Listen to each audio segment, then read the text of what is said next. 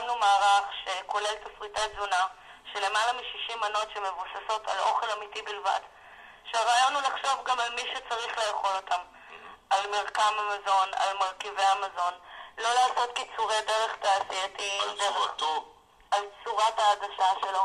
כל הפסיכולוגיה, אוכל זה מעבר לאוכל. ודאי. אוכל הוא קודם לגוף ואחרי זה גם לנשמה. בייחוד אדם שאין לו תיאבון. זה התחיל מלשבת לארוחה. תחשוב, אנחנו יושבים לארוחה לפני שולחן.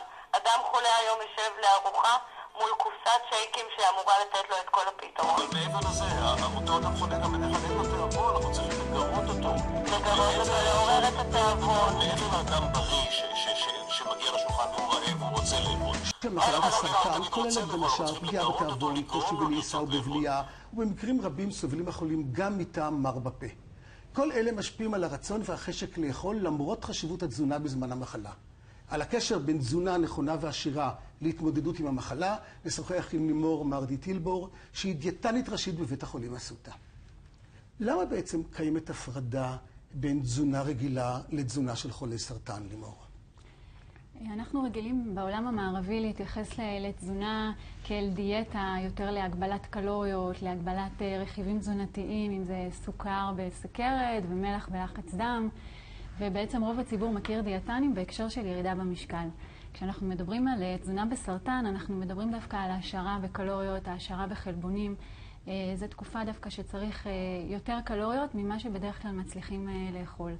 בטיפול הכימי יש תופעות לוואי שמשפיעות על היכולת שלו לאכול.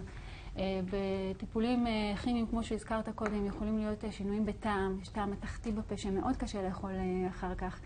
יש בחילות, יש הקאות, יש שלשולים, יש חוסר תיאבון או תחושת מלאות מוקדמת. יש הקרנות, למשל לאזור ראש צוואר, שעושות קשיים בבליעה וביכולת האכילה, ואז צריך להתאים מרקם מסוים למטופל. ובעצם כל הדברים האלה, ביחד עם כאבים ועייפות שמתלווים למחלה, וביחד עם מצב רוח לא קל, דיכאון וחרדות, משפיעים על התיאבון. שגם הם, הדיכאון עצמו, הוא גם גורם לחוסר תיאבון. נכון. כן.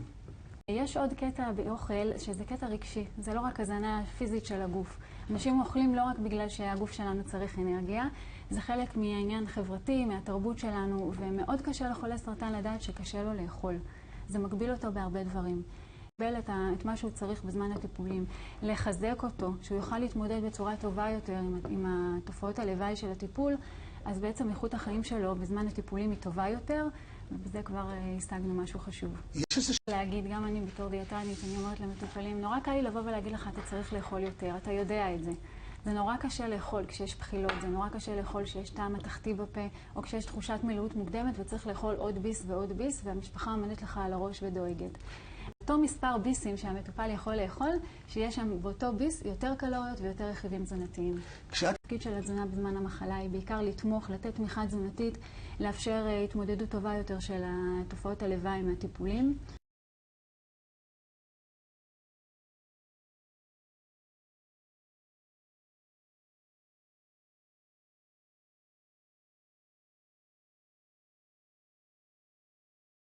כן. 500-82. נשמח לעמוד לשירותכם, להגיע לכל מקום בארץ. כל מי שיש לו בעיה, כל מי שצריך מזון שגם נראה טוב וגם מותאם במיוחד לחולים, לאנשים שצריכים את זה לבריאות שלהם, סעודתה, seudata.co.il או 1-700-5000-82. נכון.